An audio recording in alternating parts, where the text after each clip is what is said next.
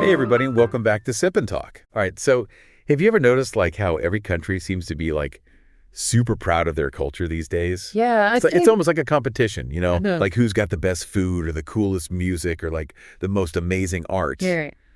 But what happens when that pride turns into like a whole campaign?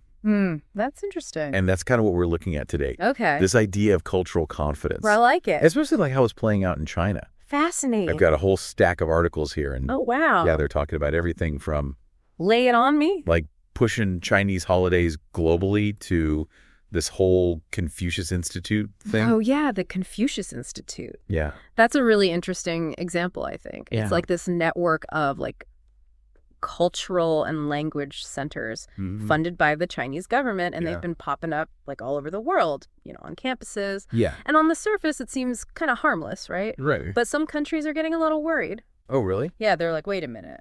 What? Is this more about like spreading propaganda or like trying to control information than actual genuine cultural exchange? Wait, hold on. Propaganda, seriously. Well, yeah. So it's like, come learn Chinese, but like, don't ask any like tough questions. Well, it's a little more complicated than that, What? but there have been accusations of the Confucius Institutes, like limiting academic freedom.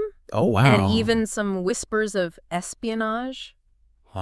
Yeah, it's gotten pretty heated, actually. Really? Yeah, some universities have shut down their Confucius Institutes because they're so concerned about all this. Okay, so before we go full-on spy thriller. Right. Let's back up a sec. Sure. What exactly does cultural confidence even mean? Right. Like, it sounds like something you'd see on like a motivational poster. Totally, yeah. You know, like hang in there. Uh-huh, exactly. But in China, it's like a serious political concept. Oh, yeah, absolutely it is.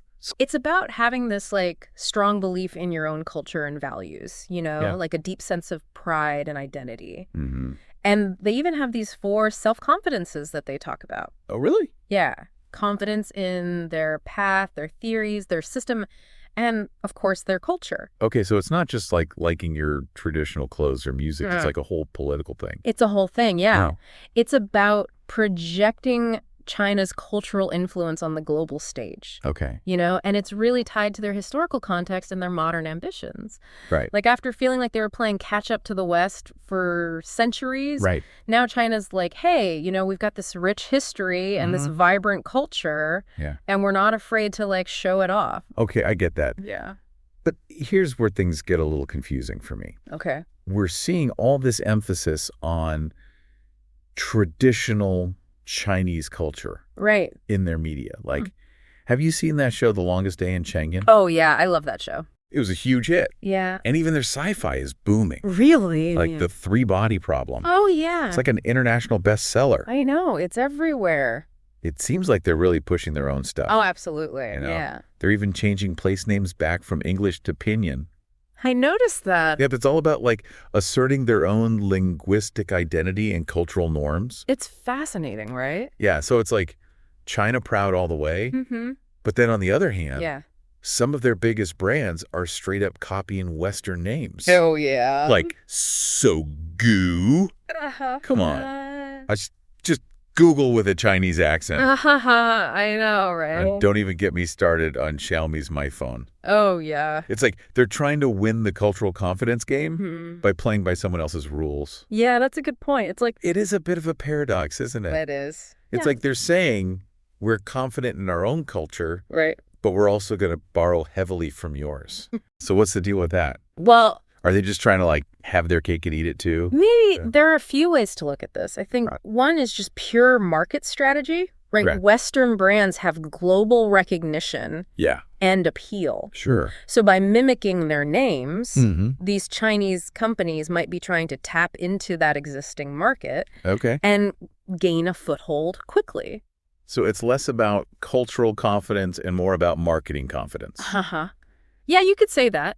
Interesting. There's definitely a pragmatic element to it. Yeah.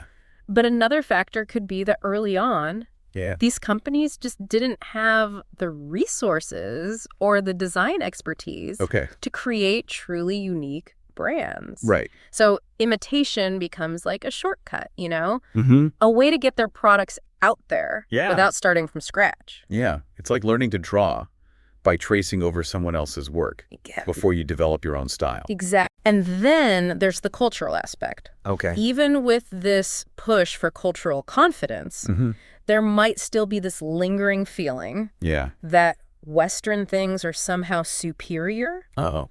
So imitating Western brands, even subconsciously, might be a way of trying to gain legitimacy or prestige, especially in the global market.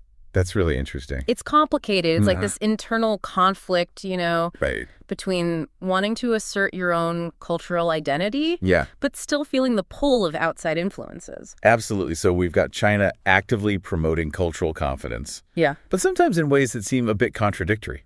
A little bit, yeah. But what about the U.S.? Do they need to have a cultural confidence campaign? That's where things get even more interesting. Okay. The U.S. definitely exhibits cultural confidence, but in a different way. How so? Well, just think about it. Okay. Hollywood movies are everywhere, right? Oh, yeah, sure. American music dominates the charts. Yeah. English is like the global language. Yeah. That's a huge amount of cultural influence. Well, they're already winning the cultural confidence game. Kind of, yeah. Without even trying. In some ways, yeah. Wow. But it's not a deliberate campaign like in China. Okay. The U.S. tends to rely more on cultural exports and like the organic spread of its values like freedom and democracy. Okay. Whereas China has a more top-down strategic approach. So it's like the difference between just being yourself yeah. and trying really hard to impress everyone at a party. That's a great analogy. Right. But it's also important to acknowledge that even with its global dominance, the U.S. faces its own challenges to cultural confidence. Oh, really? Yeah, there are deep political divisions within the country, you know, and systemic inequalities that undermine the American dream for a lot of people. Sure. And there's growing global competition that's kind of eroding its dominance in some areas. Yeah, that's true. It's like even the most popular kid in school, you know, might have their own insecurities. Right. But speaking of competition, there's this really interesting case study that popped up in our research. Okay. DeepSeek. Ooh, DeepSeek. Have you heard of this? Yes. This is where things get super geeky. Ah, I know, right? And fascinating. It is fascinating. So DeepSeek is this Chinese AI company that's been making waves lately. Big waves. And what's wild is that it was founded by a quantitative hedge fund. I know, right. Like, these are the guys who usually crunch numbers. Exactly. They're not code poetry. Not exactly Shakespearean sonnets. Yeah, and they're committed to open sourcing their models. That's a big deal. Which is huge in the AI world. Absolutely. But here's what's really interesting. Okay. In the context of our conversation, lay it on me. DeepSeek's models are performing incredibly well. Really? Their latest model, DeepSeek V3, is said to be on par with some of the best AI models out there. Oh. Like OpenAI's GPT-4o. Yeah. And Anthropic's Claude 3.5 Sonnet. So it's right up there with the big guys. Wait, so a company founded by a hedge fund I know, it's great. is suddenly creating cutting-edge AI that rivals the big players. It's a major plot twist. It is. It really is. And it raises the question. What's that? Is this genuine innovation? Right. Or is it another form of imitation? As some critics might suggest. Interesting. Because, you know, there's a history of Chinese companies being accused of copying Western technology. Oh, yeah, for sure. So is DeepSeek truly breaking new ground? Right. Or are they just really good at reverse engineering? That is the question. It's like the difference between It's like the difference between remixing a hit song and writing your own chart topper. Oh, I like that. Right. Yeah. Is DeepSeek just putting a Chinese spin on existing AI, or are they composing something completely new? That is a great analogy. Right. And it brings us to this bigger question of where does inspiration end and imitation begin? That's the question, isn't it? It's a fine line. It is. Especially in a globalized world where ideas are constantly like flowing back and forth. Absolutely. You know? It's a tricky one. Like I'm all for trying different cuisines from around the world. Oh, me too. But I wouldn't open a restaurant and claim those dishes as my own inventions. Right, exactly. So how do we navigate that in the tech world? That's a really good question. That's a tough one. And it's a tough one. I don't think there's an easy answer. Okay. But I think a key factor is whether you're genuinely adding something new to the mix. Right. You know, or just copying and pasting. Okay. Are you building upon existing knowledge to create something innovative? Or simply replicating what's already out there? Right. Like, are you adding your own spice to the recipe? Or just serving up a microwave knockoff? Right. And it's interesting to look at some other Chinese tech giants. Okay. Like Huawei and Alibaba. They've become global players, right? They have. But they've also been accused of drawing heavily from Western companies. Oh, interesting. So are they successful examples of blending cultural influences? Yeah. Or are they just really good at imitation? It's like that age-old debate. What's that? Is imitation the sincerest form of flattery? Right. Or is it just a sneaky way of cutting corners? That's a good question. It really depends on the context, I think. Yes. Sometimes imitation can be a stepping stone to innovation. Okay. You learn by observing, adapting, and then eventually creating something new. Right. But if it stops at imitation, then it raises questions about originality and authenticity. Okay, so let's bring this back to cultural confidence. Okay. We've talked about how China is actively promoting it. Yeah. But also how they sometimes seem to be imitating the very cultures they're trying to distinguish themselves from. It's complicated. It's like they're saying be confident in who you are. Right. But also be like us. Yeah. It's kind of a mixed message, right? It is a bit of a mixed message. Yeah. And it speaks to the complexities of cultural exchange in a globalized world, I think. Yeah. Like, cultures influence each other constantly. Sure. And that's not necessarily a bad thing. Right. But it raises questions about how we maintain our own unique identities while also learning from others. It's like you want to be inspired by different cultures. Yeah. But not just become a carbon copy. Exactly. Right. It's between absorbing influences and retaining your own distinct flavor. And it's something that every culture grapples with, I think, in this interconnected world. So where do we go from here? That's a big question. How do we navigate this globalized future of culture without losing ourselves in the process? I know. It's like we're all in this giant melting pot, but nobody wants to end up tasting like bland mush. That's a great way to put it. Like, who's influencing whom and why, and how can we ensure that cultural exchange is a two-way street, right, where everyone benefits? It sounds like we need a whole new deep dive just on that topic. We probably do. But before we go down that rabbit hole, I have to ask. Okay. Was there anything from all this research that really surprised you?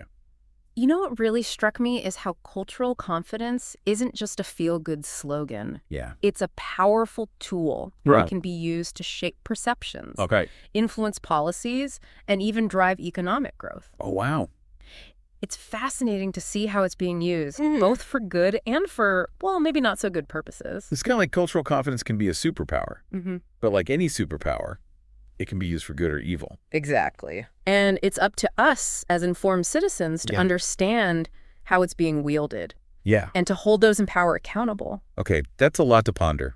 Get it? I think I need a little break from all this deep thinking. I hear ya. Maybe some travel vlogs, whiskey reviews, and unboxing videos will help me unwind. That sounds like a plan. Yeah. Sometimes you just need a little lighthearted fun to balance out all the heavy stuff. Exactly. And you know what? I think our listeners might be feeling the same way. Probably. So if you're looking for a way to de-stress after this deep dive, I highly recommend checking out Mickytolife on YouTube. Okay, cool. He's got great travel content, whiskey tastings, all sorts of fun unboxing videos. I'll have to check that out. It's the perfect way to unwind. Sounds good. And maybe even spark some new ideas about cultural exploration. Yeah, awesome. All right, folks, that's a wrap for today's deep dive. Okay. We've covered a lot of ground, but as always, there's so much more to explore. Always more to learn. So keep those brains buzzing. Stay curious, and don't be afraid to challenge your own assumptions. Well said. And we'll catch you next time for another deep dive into, well, who knows where our curiosity will take us next. I'm excited to find out. Me too. All right, see ya.